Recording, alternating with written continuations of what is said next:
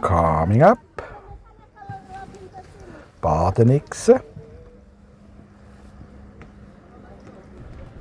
Bahnübergang. Und Olivenbäume und Olivenbäume. Und Olivenbäume. Hallo Welt, wir sind Bettina und Rolf, ein Paar aus der Schweiz. Wir sind auf einem grossen Roadtrip durch Europa. Wir sind unterwegs mit unserem VW-Bus T3, der den Namen Kettwiesel trägt. Komm mit auf unsere Reise, es wird ein Abenteuer. Schnall dich an, es geht los!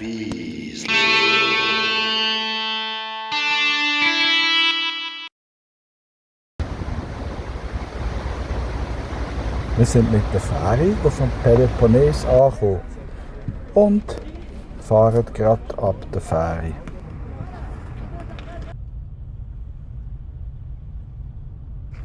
Noch ein letzter Stopp, bevor wir aus dem Hafengelände rauskommen. Calimera, I want the passenger locator form, PLS. PLS. This is for the late, okay? Together. Together. Together, yes. Okay.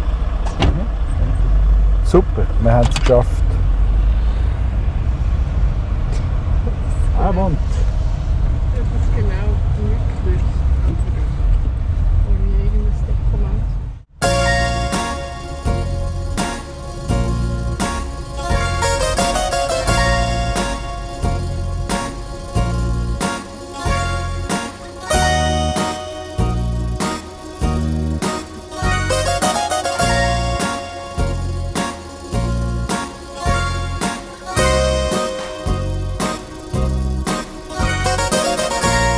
Wir tauchen in die uns ungewohnte griechische Welt ein.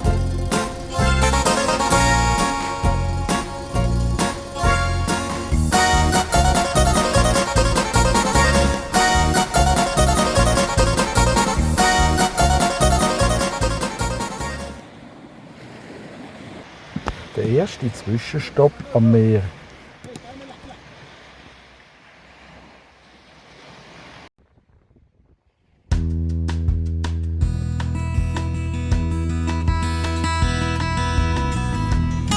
Wir folgen der Nordküste vom Peloponnes auf der Suche nach einem schönen Schlafplätzchen.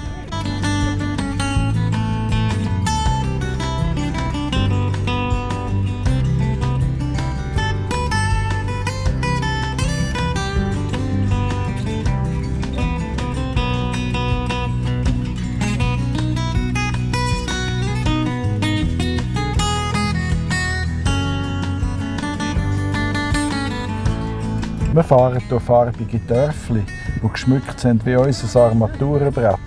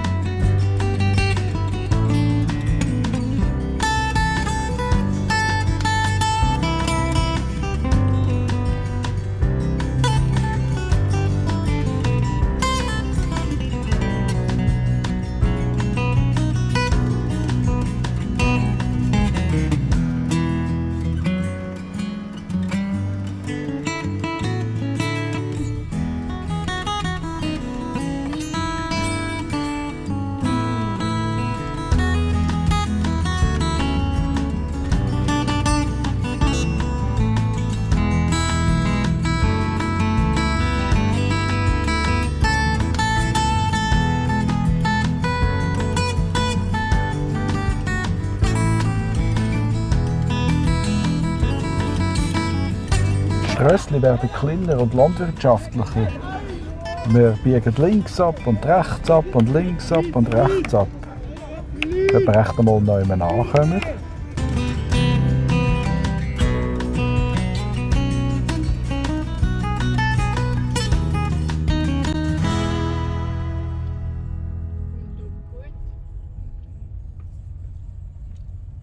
Calimera. Ist da richtig da? Auf Auf einer Schlammpiste kommen wir zu unserem ersten Übernachtungshalt, einem Camperstopp. So, wir probieren.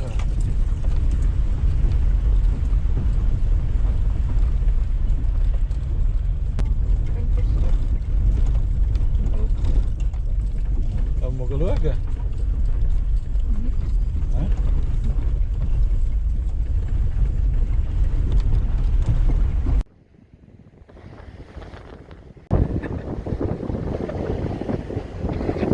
Was ist jetzt?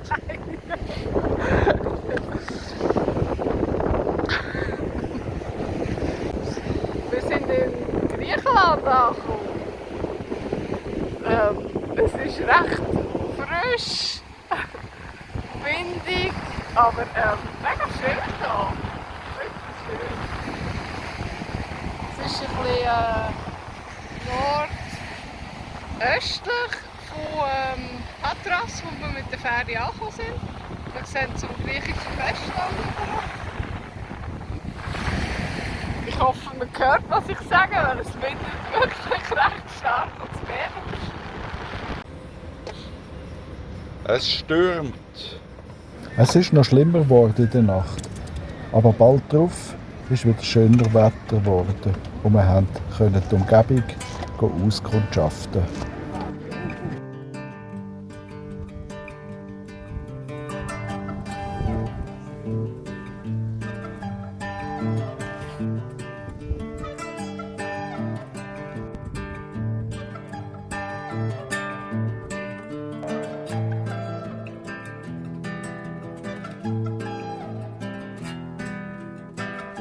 Wir sind beide ein bisschen kreativ geworden.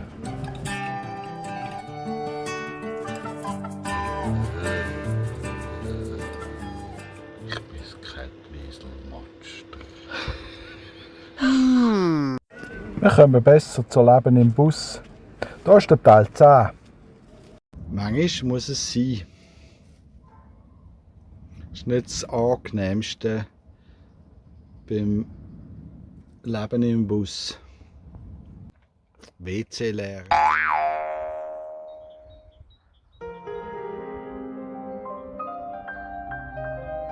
Aus purem Zufall sind wir an die sehr berühmte Ausgrabungsstätte gekommen. Und wir müssen sagen, es wäre schade gewesen, wir hätten das verpasst. Sehr spannend gewesen.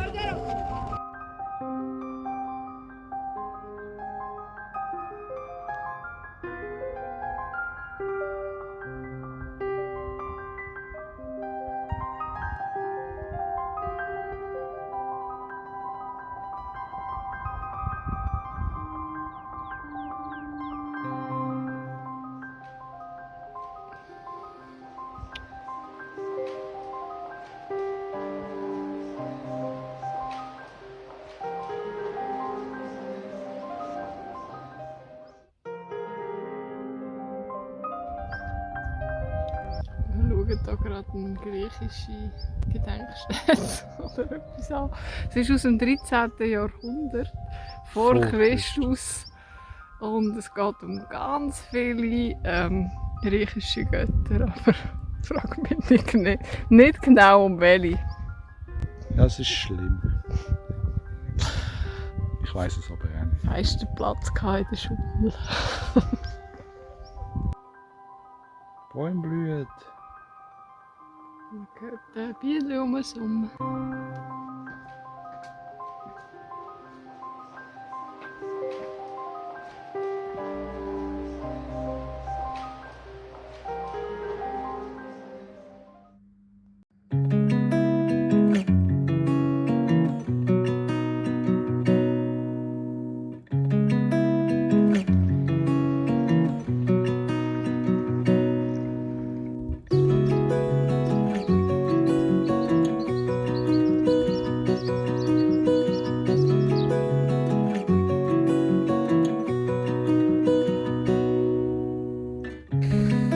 Wir haben jetzt hier in dem Ort, wo wir sind, einen kalten Kaffee getrunken, einen sogenannten Freddo Espresso. Die werden in so Plastikbecher mit Eis serviert. oder Takeaway angeboten. Und wir haben dann mit Zucker bestellt. Und es hat gefühlt mehr Zucker drin als Kaffee. Und der Ralf hat ihn wirklich überhaupt nicht gern gehabt. Aber weil er so gut erzogen ist, hat er ihn gleich getrunken.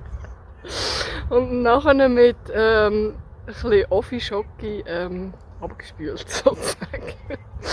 Also es ist wirklich eine ganz amüsante Erfahrung.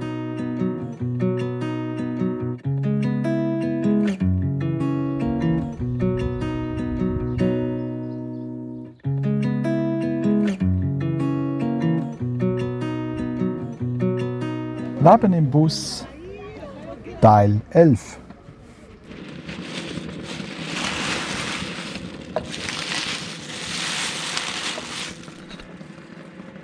Aus der Bäckerei, aus dem Ort, wo ich den Namen schon wieder nicht mehr weiss, was alles gleich ist. Irgendein Trapeno oder irgend so etwas.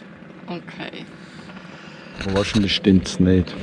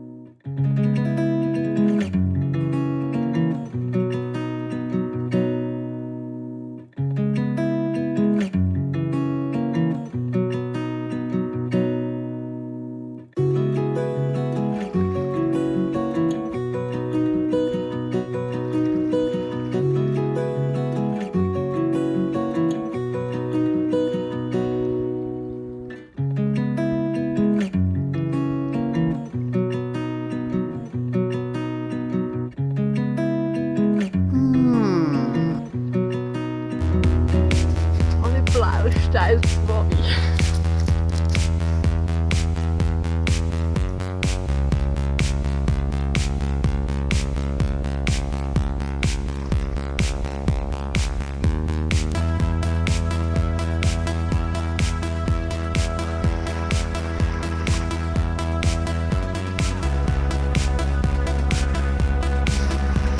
Schön kalt, aber schön. Yeah. Jetzt kommt Leben im Bus, Teil 12. Nicht zur Nation. Zur Nation. Es ist im Fall sonst nicht so. Doch, doch. Wir warten auf den Platzwart. Aber I'm coming now hat es geheißen. Aber da wir nicht wissen, wo er ist, kann natürlich now jetzt ein Moment gehen. Aber wir müssen ja ein bisschen, das Ziel dieser Reise ist schon ein bisschen gelassener zu werden. Ein bisschen ruhiger, ein bisschen... Wann kommt endlich? Nein, alles gut. Wir regen uns eigentlich gar nicht auf. Ich habe jetzt den Medizinschrank neu eingeräumt. Ich habe mir ein T-Shirt angelegt, dann steht ein Pulli. Und Wasser haben wir auch noch getankt.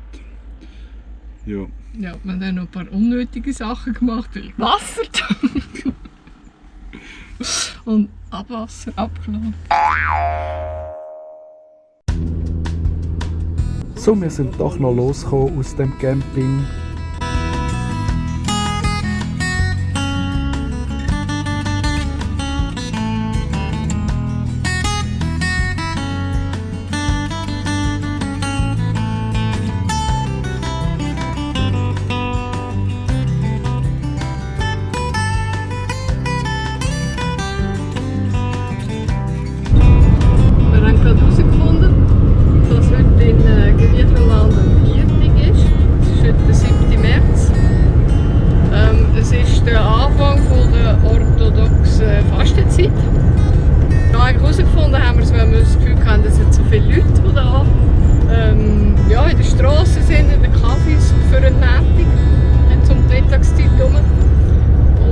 ganz viele Leute, die Drachen steigen gelassen haben am Meer.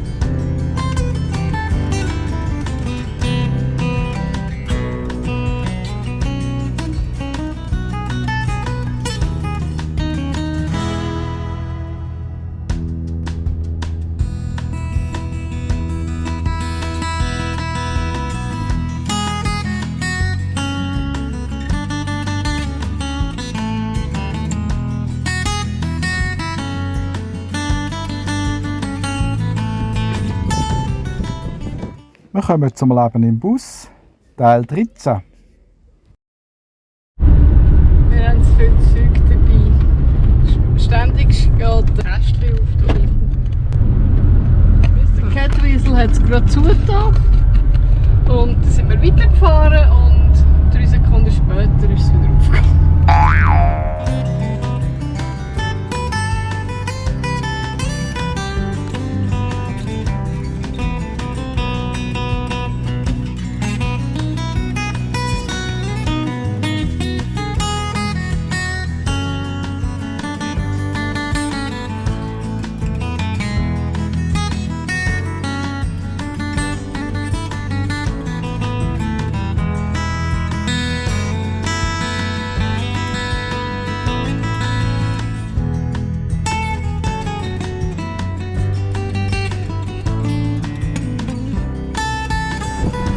Wir haben uns einen Schlafplatz am Meer gesucht. Der hier war es noch nicht. Es ist noch etwas dunkler geworden, bis wir den gefunden haben. Also eigentlich stockdunkel.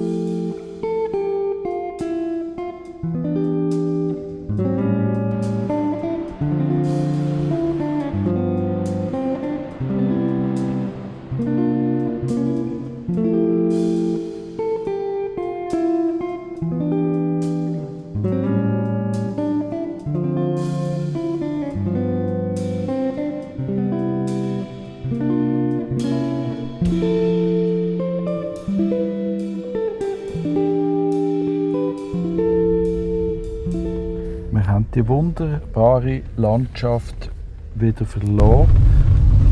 Und zwar auf dem Weg, wo wir im Stockdunklen oben runtergefahren sind.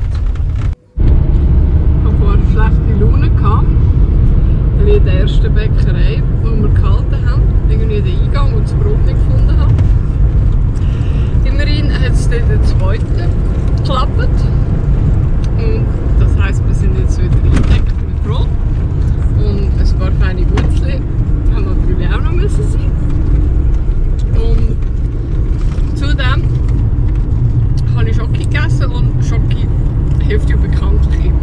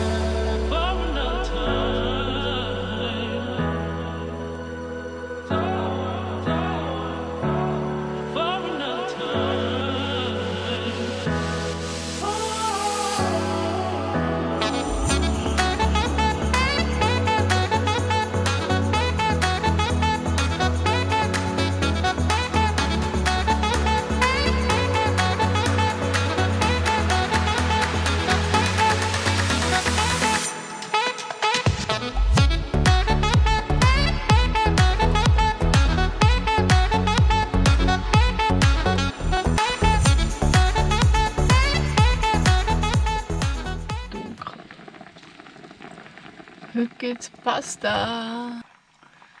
Und... Rapunzelsalat. Ist es Rapunzelsalat? Wahrscheinlich irgend so etwas. Rapunzelsalat mit Nüssli. Nüssli. Und hier noch mit Pesto aus Umbrien. Mit Käse. Mit Margarine. Durch ganz viele Pfützen gefahren, wo wir dafür sind, zu dieser schönen Bucht. Ja, darum ist alles so dreckig. Ist der Fahrer ready? Der Fahrer ist ready. Mit Ausnahme, dass er noch keinen Schlüssel hat. Die Fahrer ist auch fast ready.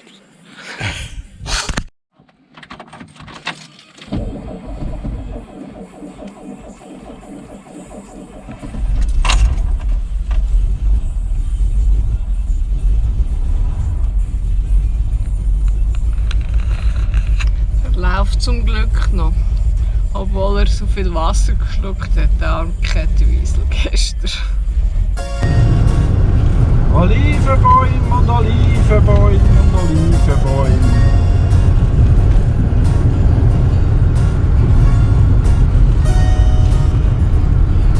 Olivenbäume und Olivenbäume. Und überall Olivenbäume. Olivenbäume und Olivenbäume. Ich brauche noch bald wieder mal einen Ziertaki. Wir haben noch Olivenöl. Und etwas der Kettenwiesel ist lustig getrunken. Olivenbäume. Olivenbäume. Und Olivenbäume. Und überall Olivenbäume. Und scharfe Kurve. Sind wir extra durch Glunken gefahren, um das Kettenwiesel ein bisschen waschen. Und jetzt landen wir auf so einer Strasse.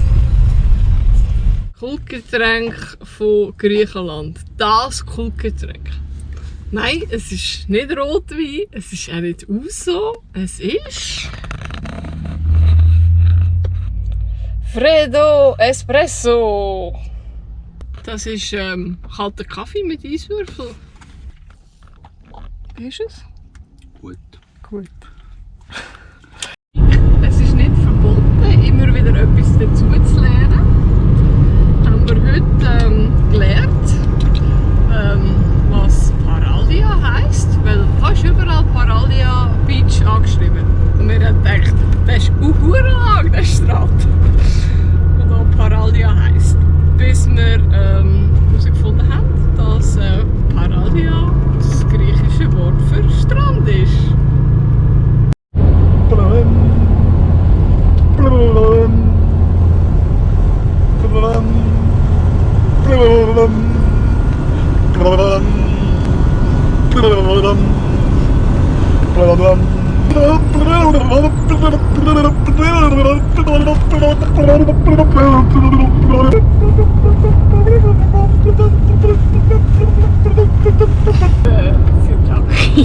Für die, die es nicht erkannt haben.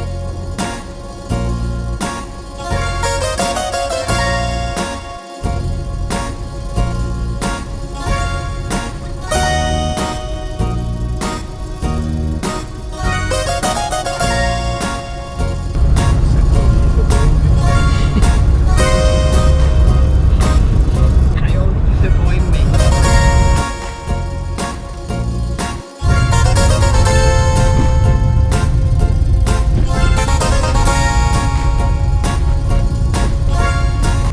Über den Rütteldamm sind wir Richtung Ombrix Olympia gefahren.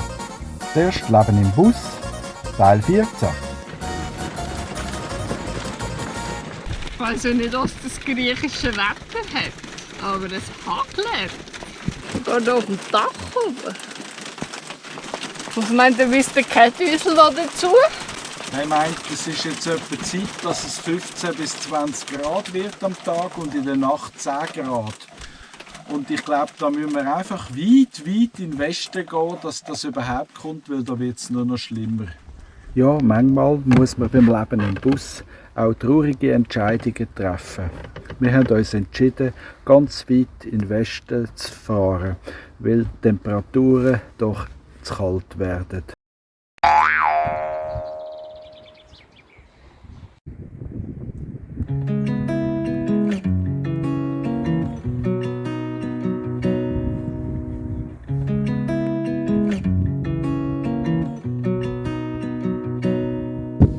Wir sind hier in Olympia und schauen uns die olympischen Städte an, wo die Olympischen Spiele ausgetragen worden sind. Die Säulen, die man hier hinten sieht, die gehören zum Palast. Und weiter hinten sind anscheinend Bäder.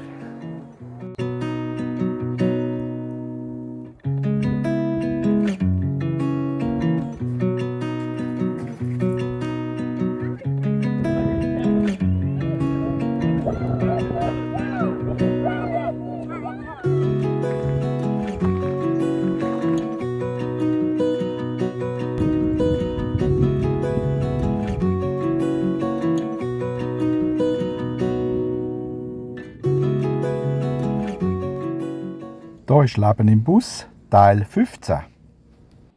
Hallo! Hallo. Das ist ganz ein roter Kopf. Ja, ist ja kein Wunder. Ist es bequem da oben?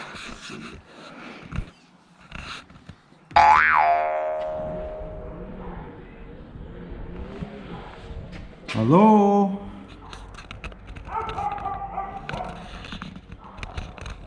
Gratis heute.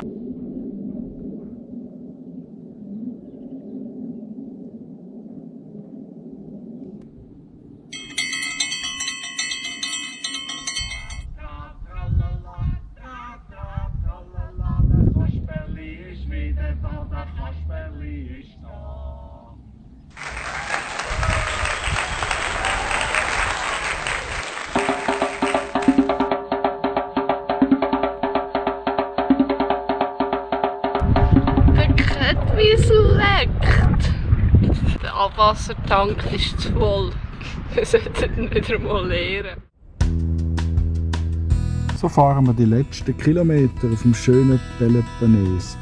Es war kalt, aber trotzdem behalten wir ihn in super schöner Erinnerung.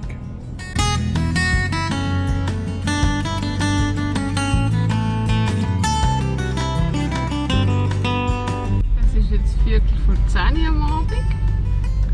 Wir sind im Hafen von Patras und warten darauf, dass wir auf die Fähre können, auf Ancona. Hier ist unser Schiff.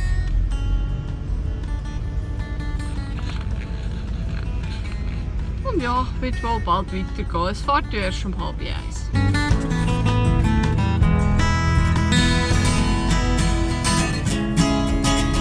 Und schon fahren wir wieder auf ein Schiff und sind weg von Griechenland. Wir werden die herzlichen Menschen sehr vermissen. Bye bye. 24 Stunden verbringen wir auf dem Schiff.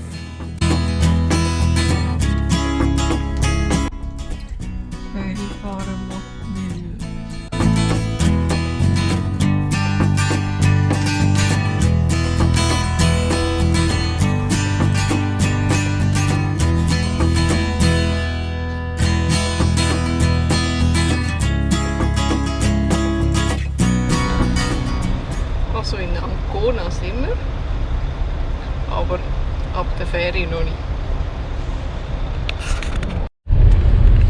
Er hat jetzt die Arschkarte gezogen, Mr. Kretwies. Er hat schon Angst gehabt, wir kommen zuletzt raus, aber irgendwie hätte einer vorfahren und wir können kehren und jetzt sind wir schon fast raus.